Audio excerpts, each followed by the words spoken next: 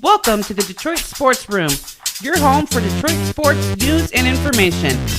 Now, here's Jim.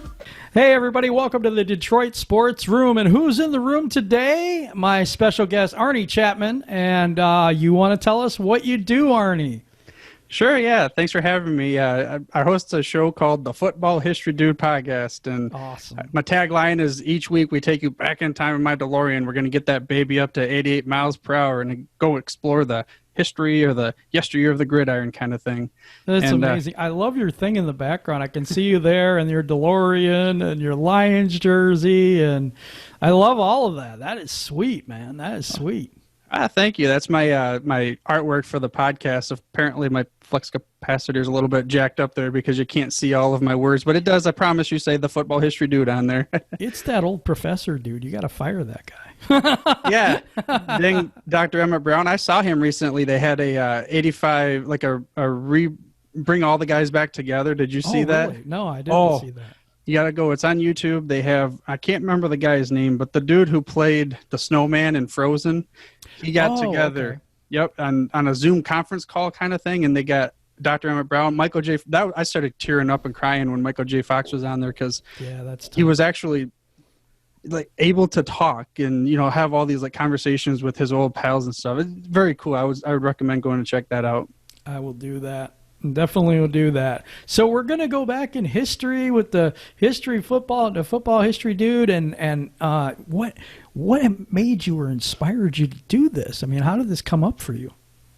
I guess the best way to put it is let's go back even further. Let's hop in that DeLorean because you have a few Detroit Lions things back there. Yeah. I mean, I have two words for you. That's all I got to say, and then you'll understand why. Barry Sanders, right?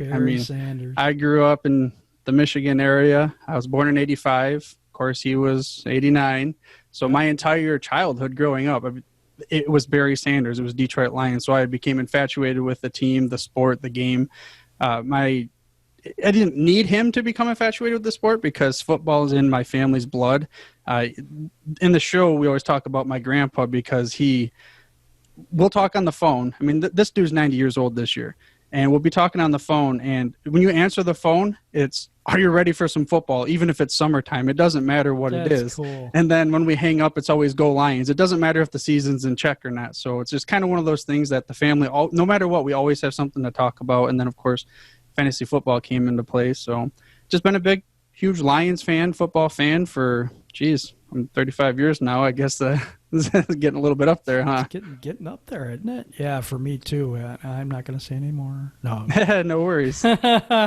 No. Most people have had Barry Sanders had an influence on their life. And I wonder if he knows how many people he's actually touched that's a Lions fan or even a fan of the NFL, seeing him play, watching the humility, the way he just tossed the ball to the ref like he's been in the end zone before. Just an amazing competitor and a really good guy. It's unfortunate he retired when he did. I think he had more years left in him. And just that whole situation, it reminds me of Calvin Johnson and that retirement and what that did to us as well. But yeah, I've noticed that Barry Sanders is a very big influence on most of us Detroit Lions fans, and very well deserved too. So you run a podcast. How long have you been doing that? So the show opened up April 15th, 2018 was the first episode. So a little over 2 years, maybe, I guess 2 and 3 months now coming up. So yeah, it's been going strong. I think 125 will be the episode that releases on Wednesday. I think it is. Wow. Yep. When you get up there like that, you're like, man, I've lost count. No. Mm-hmm. Sure. Yeah, it's tough. So what platforms do you run on? So I'm hosted by someone called Captivate Audio. Okay. I've been back and forth. I started with Captivate. It used to be something called Podcast Websites. And the reason why was because I wanted to have all-in-one solution, have a website and a podcast platform. Them. I remember podcast websites. Okay. Yeah, and I think they're still in existence. I don't use that anymore. Now I have it like my own WordPress site, it's actually not the footballhistorydude.com anymore. Now it's Sports History Network, which we'll have to get into that later on down the road, I suppose. Oh, yes, we do. But I mean, you could find it anywhere. I mean, if you listen to a podcast, you already have an aggregator, you have a player, just go ahead and type in the Football History Dude. It should show up right there. But the easiest way really is just to go to sportshistorynetwork.com, and then it'll be right on there for you, and then all the players and such. We're going to put that in the show notes, too, so that you can find it easier. I'll put a link down there so you can just hop on and listen. I mean, right now, during the times that we have, there ain't much else to do. So right. Check him out. I'm sure you do a wonderful job, because I've been talking to you for a little bit, and I actually we hit it off like right away. Works out pretty good. No, I've been a Lions fan for about 42 years, 43 years, somewhere in there, maybe a little more. And unfortunately, this team has had its ups and downs. No, wait, it's had its downs. And right. At least in our lifetime. In our lifetime. What do you think of the current administration here, like Bob Quinn, Matt Patricia, all that? Do you think that is something that you see working here, or do you think that we're going to need to do this rebuild thing again? There's an episode, maybe I should give you this one, but I interviewed, well, first of all, Coach Vermeil, when I interviewed him, he kind of really explained to me why he thinks he likes Patricia, and he thinks that he likes the organization the way it's headed, as long as they're willing to keep him there and let him build the team the way it needs to be, because it takes him a while. Yeah. I'm kind of in that same mantra. I believe that you got to have time to build something when you're starting essentially really over. Have we seen any success? Not necessarily. We've seen a lot of glimpses, and we've seen a lot of potential. In the past, I always was like, it seemed like the Detroit Lions played not to lose versus playing to win. And I would like to just see us continue to put the pedal on the metal and just go forward to try to win the game. And last year with Stafford going out, Bevel before that, they really had that. It looked like they were going to go after you, put on your throat. We're going to just keep going. And then really maybe at the time of when the Chiefs game we probably blew it there with that 4th and what was it, 15 or 16 or whatever. Yeah. Other than that, though, I mean, we had, as far as I'm concerned, we gave the blueprint on how to kind of at least quiet him down, not necessarily shut him down, but quiet him down. Gave us credit. Right. So I think that in my estimation, I believe that, yes, I have faith in this organization. I have faith in this new regime. Give them time. What's the worst that can happen? We're still 8-8 at best. Yeah. We're 9-7 at best. We still suck. Exactly. So it's like, let's just go with it. I mean, at some point in time, yes, you have to just kind of pour it out and you got to start fresh. We understand that, but we need to let them continue to build. And did we get a really raw deal for the Slay trade? I think so, but at the same time, maybe he wasn't the right fit for the locker room. This is all just personal opinions, but you got to the team. His talent probably wasn't that much greater than the next guy. It was if you're gelling as a team, then you have the chance to be able to move forward. And I think that's what he's trying to build here. I'm confused a little bit about. No, I'm not confused about the Slay trade. The Slay trade had to happen, and honestly, because everybody knew we had to trade him, or pretty much knew we were going to trade him, I think the value went down because of that. He had an injury in the year, so that limited him a little bit, a knee injury. And I think that that takes his price down too. Plus, he's getting to be 30, so, that and corners don't get along so well. Right, but yeah. My thoughts on Patricia, though, I have a little different take because I don't like the way he manages the game. I don't like 12 men on the field most of the time. I don't like the usage of the timeouts, clock management. We come out very flat in the third quarter, and that's the area where you're supposed to make adjustments, or you're supposed to have your team ready to play. I didn't see that. But that being said, we had 14 games where we were leading in those games. So it's not like it's broken completely, but it's his first time as a head coach. It's Bob Quinn's first time as a general manager, and if we do give them that time and that opportunity, will they succeed? We don't know that yet. I mean, we had Belichick in our organization. We had Don Shula in our organization. Right. I mean, we've made some mistakes getting rid of people early. So, But I don't know. I mean, jury's out for me. I think this is a huge year for them if we do have football. I think it's a big year for Patricia and Quinn. I really do. They need to take a step forward because I don't think fans are going to put up with it much longer. You know, you've only won 9 games in 2 years, and 9-7 wasn't good enough. So if you've only won 9 games in 2 years, that's not good enough for me. That's just the way I have higher expectations of my team. You know, I just think that our team, and I think our fans should have higher expectations and hold them to that. I think one of the reasons why we've been so bad is because we've allowed it. You just say, okay, we're the Lions, we suck, we accept it. And we never go and say, you know what, I'm just not going to go to the games, or I'm just not going to go do this or that or whatever we could do. I mean, as fans, you're limited in what you can do, but we do put up with it to a point. Have you seen that? Is that kind of something that you see, or is it something different altogether? I would say that the way that you described it makes sense to the point where, yes, I'm always purchasing Lions gear. I'm still going to go to the games. I'm still going to watch them. No matter what, I always go, well, man, remember when Barry Sanders and, yes. You know, it's like, remember Megatron, but never talk about the teams that we had that were good. Like, we lower expectations potentially as a fan base. So then it's okay because we haven't expected more. I don't know if you're ever going to get away from that. That's probably wishful thinking because we do have the blue in us that we're always going to continue to do things. I mean, like you said, 40-something years that you've been suffering through this. Yeah, good word. Right. I think it's a major thing with me though because I'm getting older. I want to see a Super Bowl, and so I'm not as patient as some of the younger generation because I just don't have the time, man. No, I'm with you. I got a T-shirt. It's not this one, but it says "Win one before I die." You know, and that's real, man. That is real. Yeah, my one of my biggest. If you add my look at my bucket list, it's I want them to win a championship. Well, I shouldn't. Let me rephrase that because he was around the last time they won the championship. But I want them to win a Super Bowl before my grandpa passes away because he hasn't been able. I mean, he saw him in '57. He saw him before that. Wow. He was born in 1930. So you're talking a guy that's cool. Basically 90 years old. If they can just win a Super Bowl.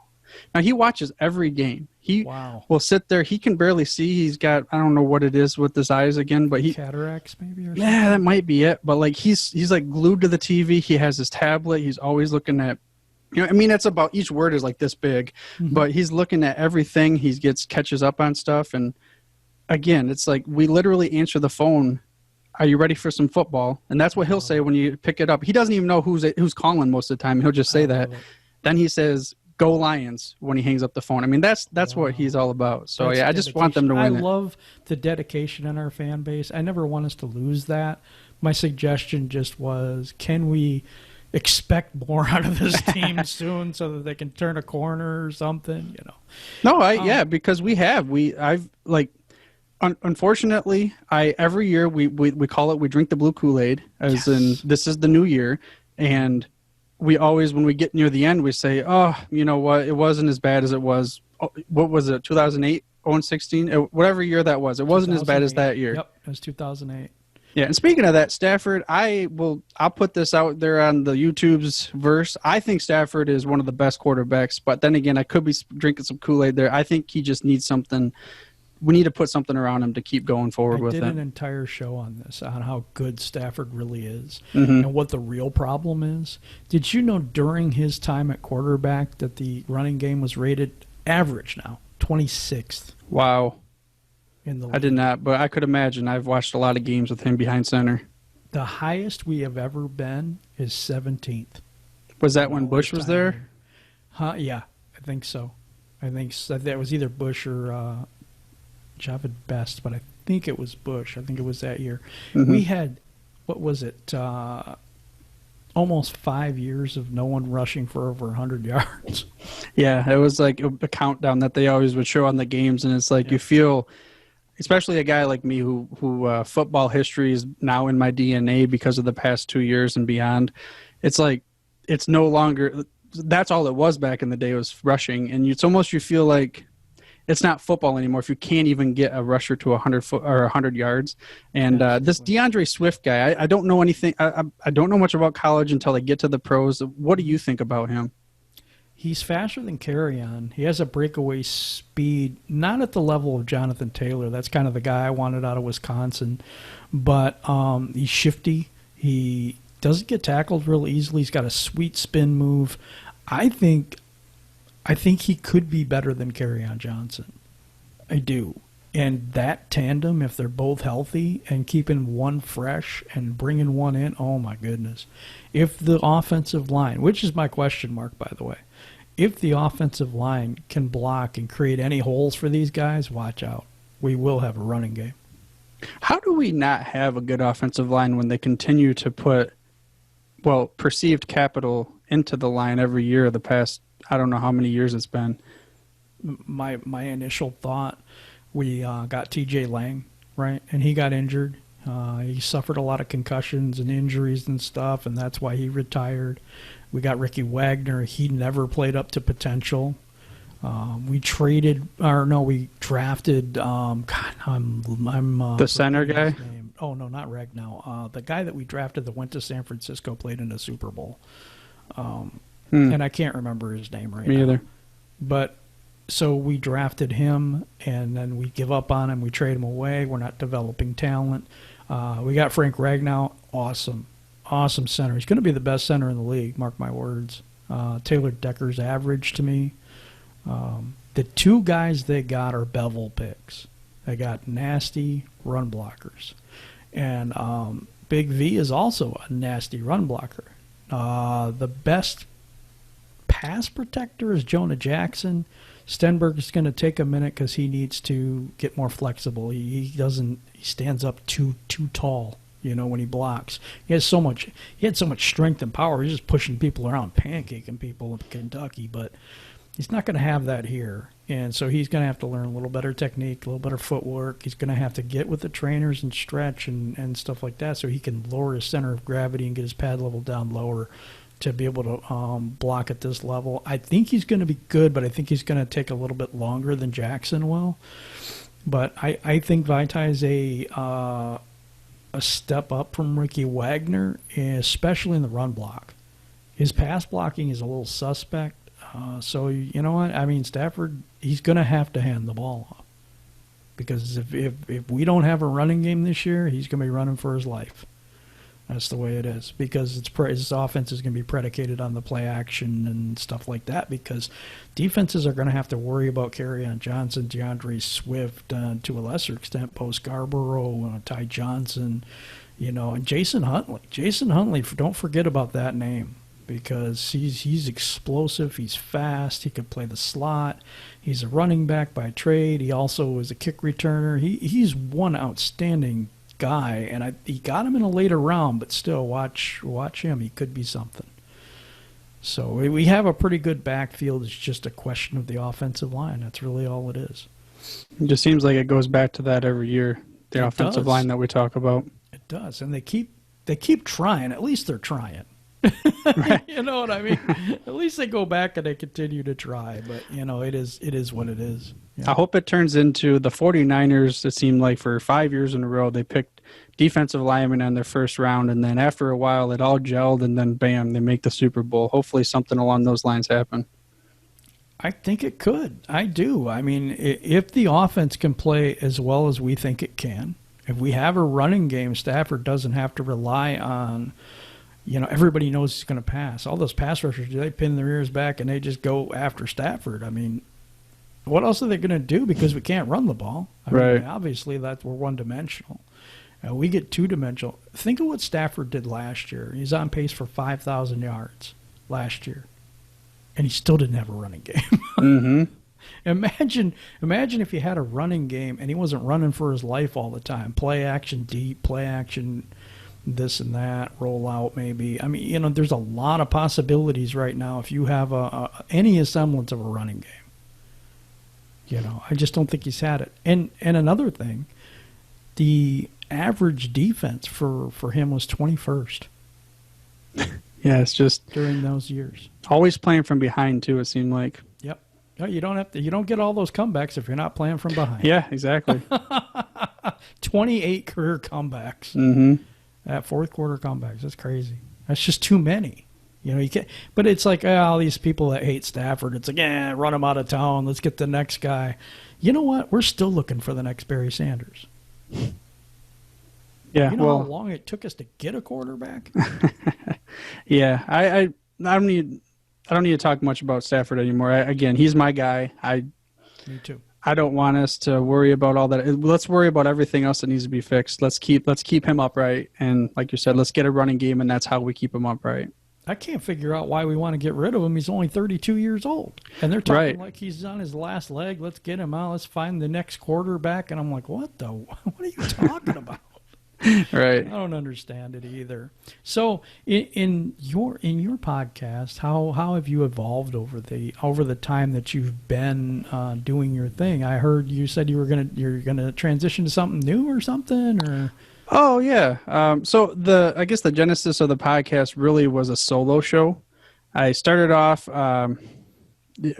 Most of it was like, okay, let's just explain each episode a little brief history of how the NFL was born. So, but let's go back even further. I had to start with Walter Camp, the father of American football.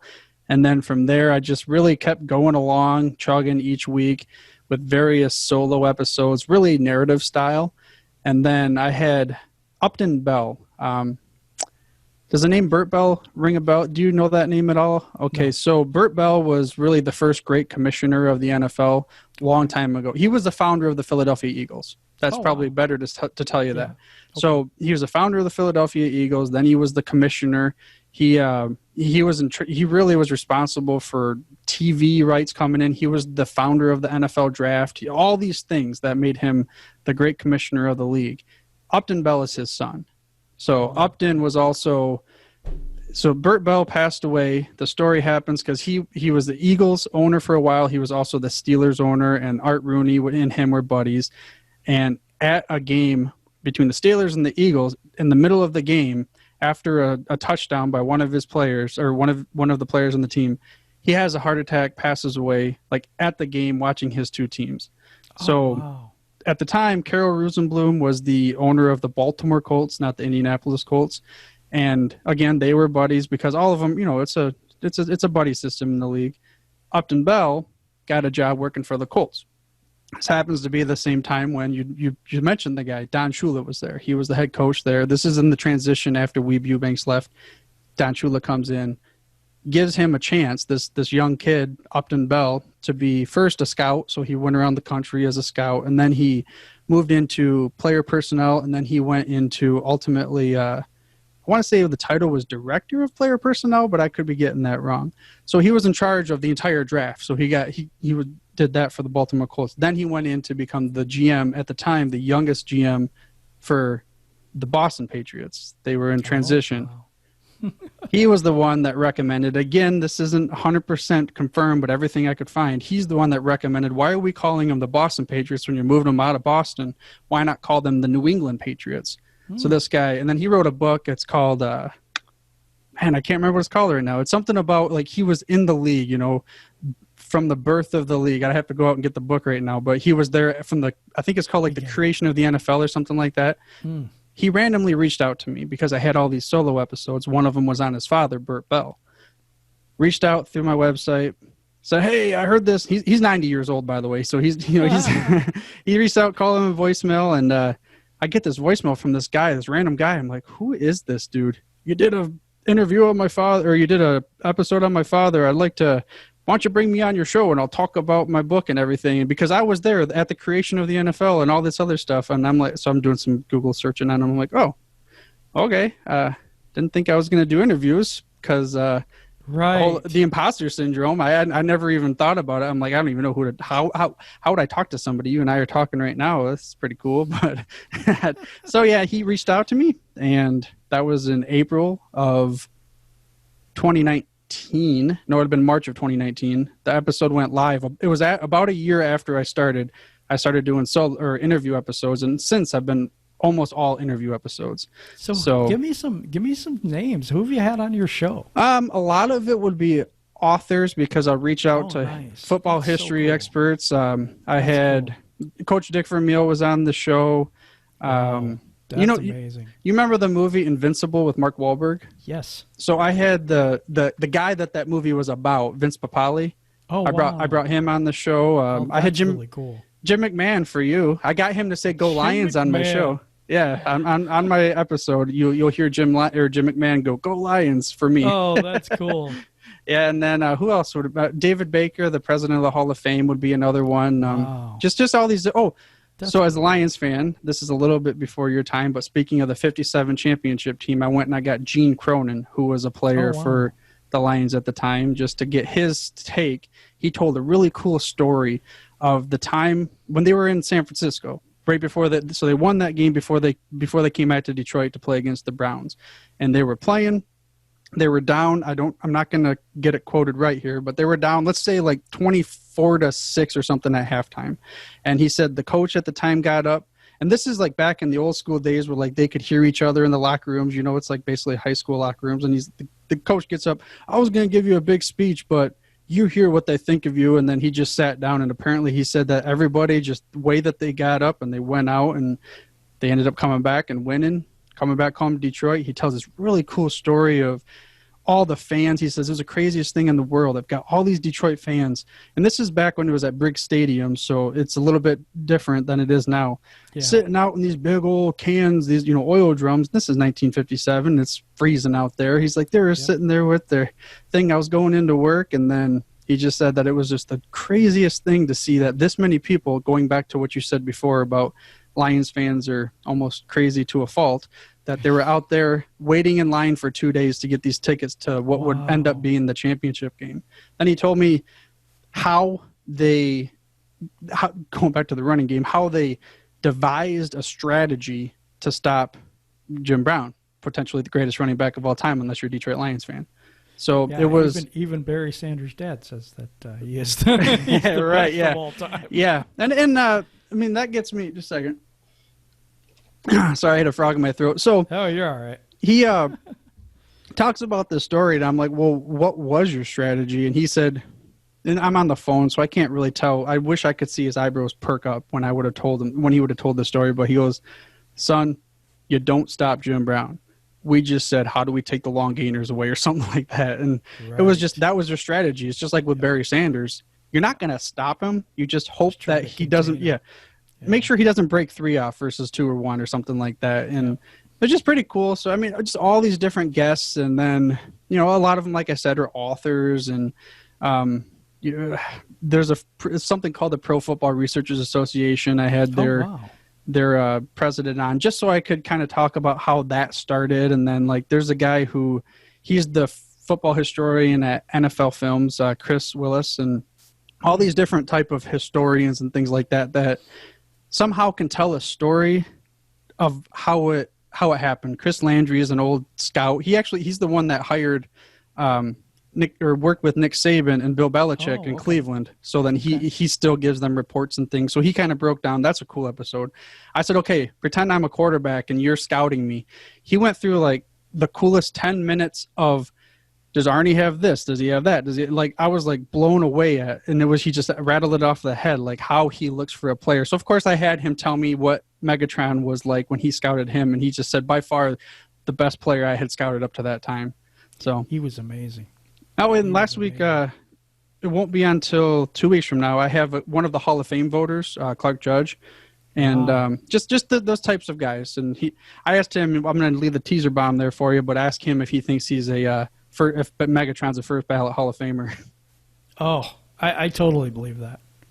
He left us early, but I think I totally believe that.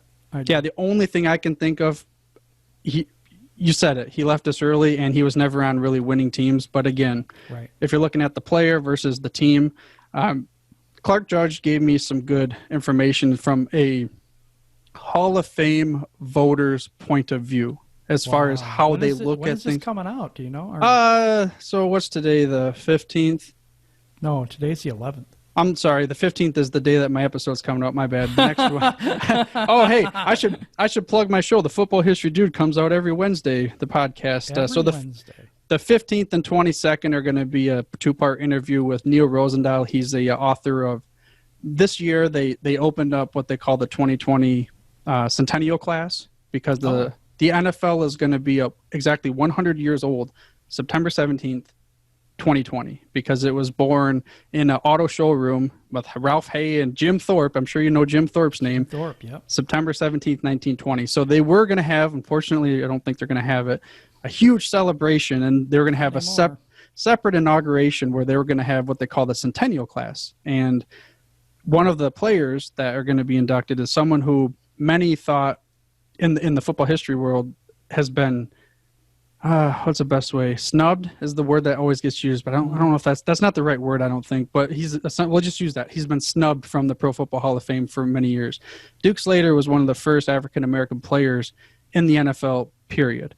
But beyond that, he was just straight up one of the best players, period, of the first 50 years of the NFL. So he hadn't made it in.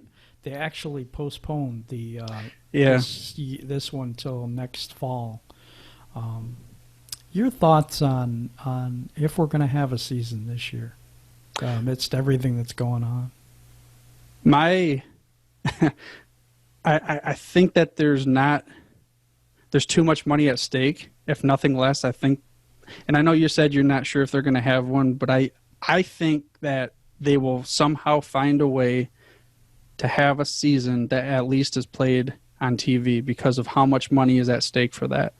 We'll see. Yeah, I could be wrong because of, unfortunately, everything's going the wrong way with a lot of these, with the virus and everything. It's unfortunate. And the thing is, it's like, things are starting back up. I mean, I've heard that basketball wants to start back up the 31st, and baseball, of course, is starting up. One of the White Sox players, one of their pitchers, going to be a big name pitcher, said he's not playing this year.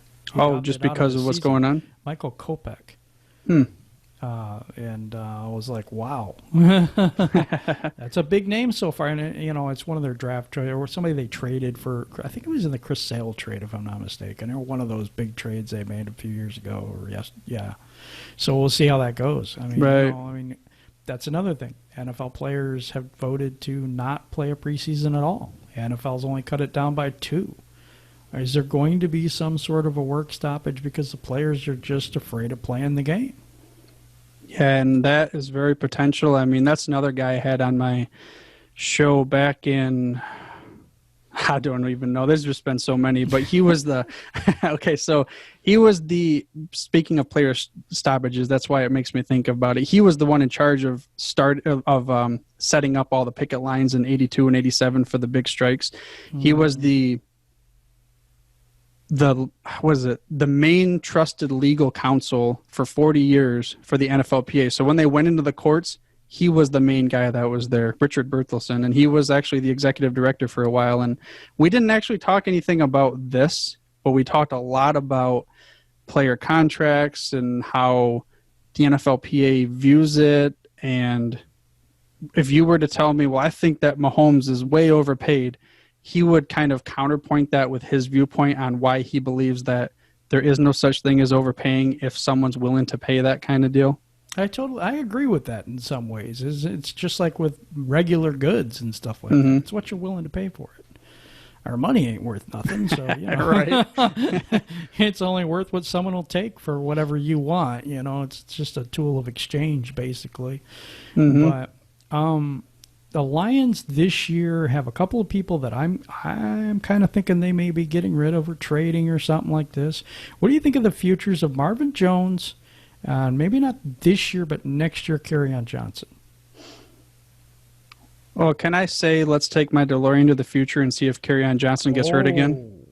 Because then I don't think you need that for that, to be honest. Unfortunately, I probably don't. Yeah, I mean, you go back to college and he's getting hurt there too. I mean, Gray Sports Almanac probably already predicted that he's gonna be hurt again, and it's a bummer because when he's on the field and he's healthy, you can tell he has it. Like he can be a productive player in the NFL. Yep. That's why I asked you about this DeAndre Swift guy, because I don't know enough about, again, like I said before, college. If you can check out a video of his dad, oh my God, he owns his own gym and he's like built like, I mean, I want to sign that guy. I mean, he is huge, and it was like DeAndre has a good work ethic, because of his dad. He's like I said, he's a good little running back. I think he's going to be okay. He's only 5'9", so, you know, he's a little small. He's a complete back, too. He can catch the ball as well out of the backfield. So I think he's going to be a very good running back in this league. Do I think he'll be great? I don't know. We'll see what happens. He's running with the Lions' offensive line, so you never know.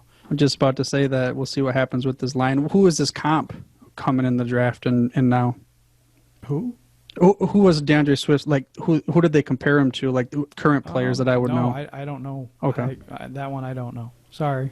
No worries. And they may have mentioned it when I was watching, which was a totally unique, cool, kind of different situation. And I mean, again, bad's bad amongst what was going on, but it was kind of neat just to see a different perspective and how they would handle it. I enjoyed it. Me too. I thought it went a little long.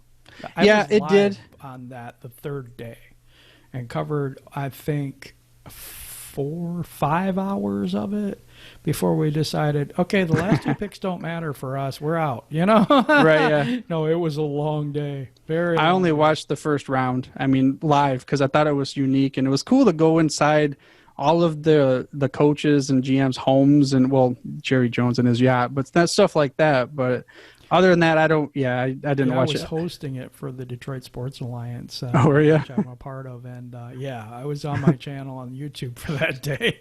Whoa, that was a long day. It was a long day. I bet. You know, what do you got going in the future? I mean, get in your DeLorean and see where your podcast is going.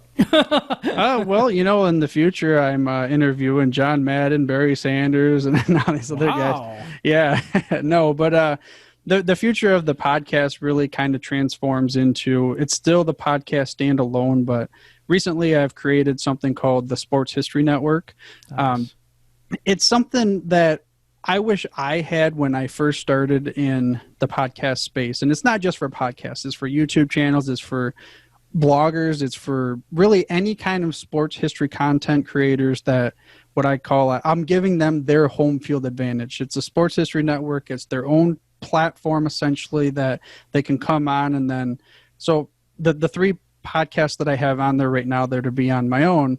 They're gentlemen that super passionate about history, super passionate about football history. They have blogs, they have books, they have all these other things, but they don't know how to podcast. So I tell them, yeah, sure, let's record this together. I'll be your producer. I'll put this on the platform, and then from there we'll continue to grow, and the tide rises together, and the ship's that kind of thing. So forward future, that right there is built out to this omni-channel, like not just football history. Right now it's mostly just football history because that's where I started, but I want every sport on there, and down the road I want you to click on a button that kind of what are those little categories that pop out, and like maybe my alma mater, Frankenmuth High School, bam, there's a Frankenmuth High School sports history podcast, and it's amazing. Part of the Sports History Network. So then maybe in the schools they want to learn how this new technology works, and then from there they can just kind of go there. So then that's like big, more forward future for thinking. But yeah, I want to create that, I keep saying, home field advantage for content creators that maybe have a gap in technology.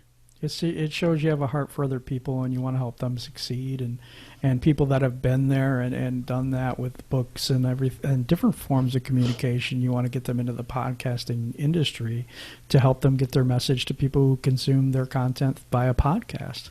So yeah. I think that's an excellent thing. It shows you have a really good heart for people, and I like that about you. Thank you for that.